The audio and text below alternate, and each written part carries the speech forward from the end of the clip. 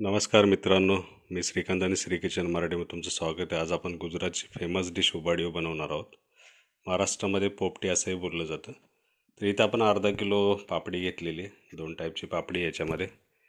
त्याच्यानंतर आपण इथं अर्धा किलो रताळी घेतलेले आहेत आणि अर्धा किलो बटाटे घेतले. त्याला असं आपण कट करून घेतलेले. त्याच्यानंतर आपण इथं एक 100 ग्राम पनीर घेतलेले. पनीर आपण पहिल्यांदाच फ्राय करतोय. ह्याच्यामध्ये तुमच्या आवडीनं अजून काय दुसरी भाजी पण तुम्ही टाकू शकता, पण नॉर्मली यूज केलं जातं. आता हिरव्या मसाल्यामध्ये तिथं आपण 10-12 लसणाच्या पाकळ्या, इथं हिरवं लसूण घेतलेलं आहे पातीसोबत, अर्धा इंच आलं घेतलेलं आहे, अर्धा इंच हळद घेतलेली आहे, ही जाड मिरची घेतलेली, कमी तिखट असते, 7-8 घेतलेले आहेत, आणि छोट्या मिरच्या एक 5-6 घेतलेल्या आहेत ज्या तिखट असतात, आणि एक मूठभर कोथिंबीर घेतलेली, 2 चमचे इथं आपण शेंगदाण्याचा कूट घेतलेला आहे. आता या मसाल्याला आपण पहिल्यांदा वाटून घेऊ मिक्सरला लावून.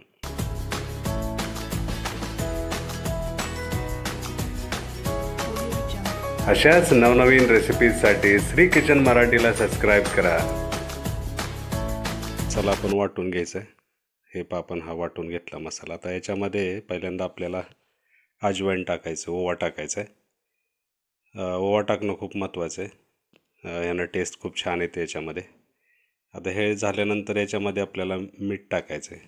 तर हे साधं मीठ आपण पहिल्यांदा टाकून घेऊ, आणि नंतर एक सेंधव मीठ टाकलेलं. मिठाचं प्रमाण हे थोडं जास्त ठेवायचं. भाज्या जेवढ्या जास्त असतील त्या हिशोबानं मीठ टाकायचं.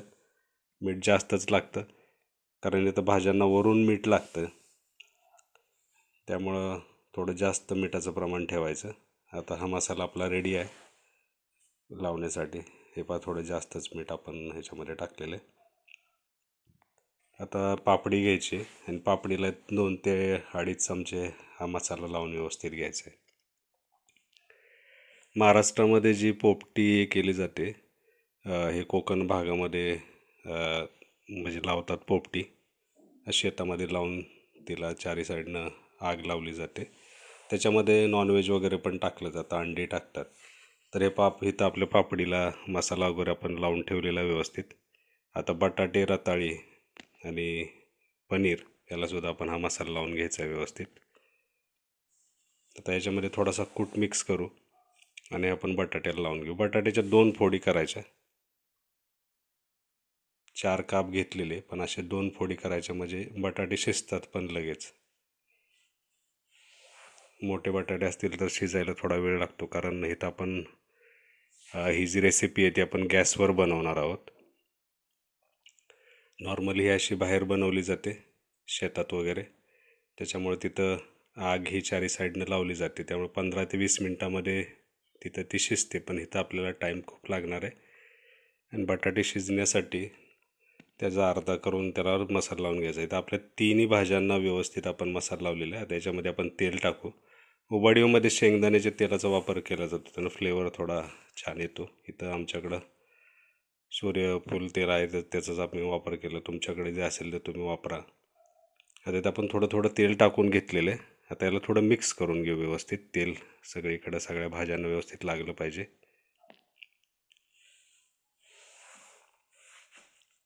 तर हे आपण इथं सगळ्या भाज्यांना तेल वगैरे लावून घेतलेलं आहे आणि त्या मिक्स वगैरे करून घेतलेल्या आहेत. आता आपण एका मटक्यामध्ये हे व्यवस्थित सगळ्या 3ही भाज्या व्यवस्थित भरायच्यात. इथं मटका स्वच्छ करून घेतलेला आहे. आता त्याच्या बेसला जास्तीत जास्त पानं वापरायची. माझ्याकडं ही पालकची पानं आहेत. जास्त वापरायची कारण खालून आपण गॅसवर ठेवणार आहे तर आगही खालूनच लागणार आहे. आणि इथं थोडा पुदिना पण मी घातलेला आहे, त्यानं फ्लेवर छान येतो हे उबाडियोमध्ये. त्याच्यानंतर ही एक लोकल वनस्पती आहे ज्याच्यामुळं वास छान येतो, असा देसी टाईप वास येतो.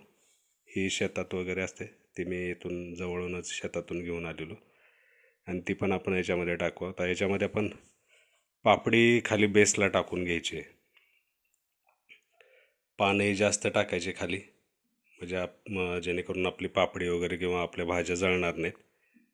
तर पापडी टाकल्यानंतर आता आपण इथं बटाटे आणि रताळी मध्ये टाकून घ्यायचे.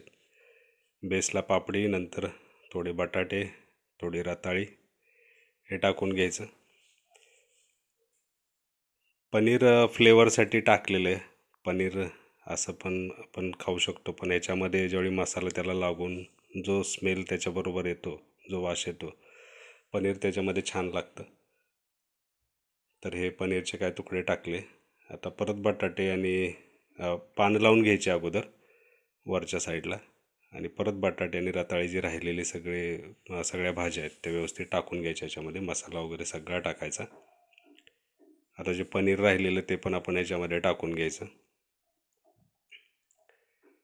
पनीर तुम्ही जास्त पण टाकू शकता, छान लागतं पनीर याच्यामध्ये. ॲक्च्युली हा मसालाच खूप छान लागतो. आता हे सगळं लावून घेतल्यानंतर वरून आपण जे आपल्याकडे पापडी बाकी आहे ती पापडी सगळी वरून पापडी बेसला आणि वर 2 ठिकाणी पापडी लावायची.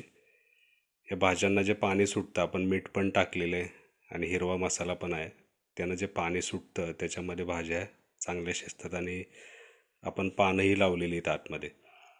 तुम्ही केळीची पानं ती पण लावू शकता, बदामाची पानं पण लावू शकता. आपण हे वरून पण ती वनस्पती परत लावून घ्यायची. हे तोंड पूर्ण बंद करून टाकायचं, पालक आणि ती वनस्पती. असं हे तोंड आपण बंद केला. त्याच्यावर आपण एक छोटी डिश ठेवू. मला मातीचं झाकण अवेलेबल नव्हतं म्हणून ही डिश ठेवली. आणि आता कणिक थोडी मळून हे असं त्याला सील करून घ्यायचं, त्याचं झाकण, जेणेकरून आतली वाफ बाहेर जाऊ नये. म्हणजे या भाज्या व्यवस्थित आतमध्ये शिजतील आणि त्याचा फ्लेवर त्याला येईल. जे आपण वनस्पती टाकलेली आहे, जो मसाला टाकलेला आहे, त्याचा फ्लेवर बाहेर नाही जाणार. आता हे आपण एक 1.5 ते 2 तासापर्यंत त्याला लो फ्लेमवर गॅसवर ठेवून याला शिजवायचे. मित्रांनो, खूप छान बनते ही, फक्त पॅशन ठेवा. थोडा वेळ लागतो याच्यामध्ये, 2 तास कमी नाही, 2 तास लागतात त्याला. स्लो फ्लेमवर 2 तासापर्यंत त्याला आपण शिजवून घ्यायचं आहे. तर आपण आता गॅस चालू करू आणि एक 10 मिनटाला हाय फ्लेमवर ठेवायचं. आणि आपला मटका गरम थोडा झाला की मग ह्याला लो फ्लेमवर करून 2 तासासाठी आपला मटका ठेवून द्यायचा गॅसवर लो फ्लेमवर. गरम झालं की त्याला आपण तसा सोडायचं 2 तासासाठी. तर इथं पाहू शकता तुम्ही 2 तास झालेले आहेत आपले. आता आपण हे सील काढू आणि पाहू आतमध्ये आपल्या भाज्या शिजल्यात का नाहीत. ते नसतील शिजल्या तर तुम्ही परत हे झाकण लावून ठेवू शकता, पण 2 तासामध्ये व्यवस्थित शिजतात. आता ह्यातली आतली जी पानं आपण वर टाकलेली ती सगळी आपण पहिल्यांदा काढून घेऊ. काढून घेतल्यानंतर हे आपली पापडी जी आहे ती व्यवस्थित शिजलेली आहे. आता रताळी आणि बटाटे, हे रताळी आहे, रताळी पण खूप मस्त शिजलेले. 2 तासामध्ये परफेक्ट शिजतात ते, फक्त पानं जास्त टाकायचे. आता आपण बटाटा पाहू शिजलाय का नाही ते. हे बटाट्याचे असे 2 फोडी करून घ्यायच्या, अर्धा बटाटा कट करून घ्यायचा, म्हणजे व्यवस्थित शिजतो. हे बटाटाही खूप छान शिजलेलं आहे. पनीर तर ते काय खूप मस्तच लागतं, काय टेस्ट येते, वास खूप छान सुटलेला आहे. चला तर आपण हे एका ताटामध्ये खायला काढून घेऊ, गरम गरम असं. ह्याच्याबरोबर ताक सर्व केलं जातं, ताक पण पिलं जातं याच्याबरोबर. एक चटणी असते पुदिन्याची, ती पण खाल्ली जाते.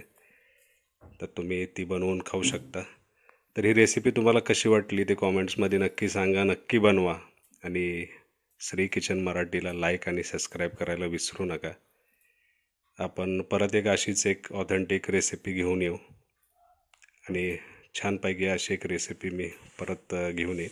खूप छान लागते, नक्की बनवा आणि नक्की खावा आणि नक्की कॉमेंट्समध्ये सांगा. चला तर भेटूया नेक्स्ट रेसिपीमध्ये. नमस्कार.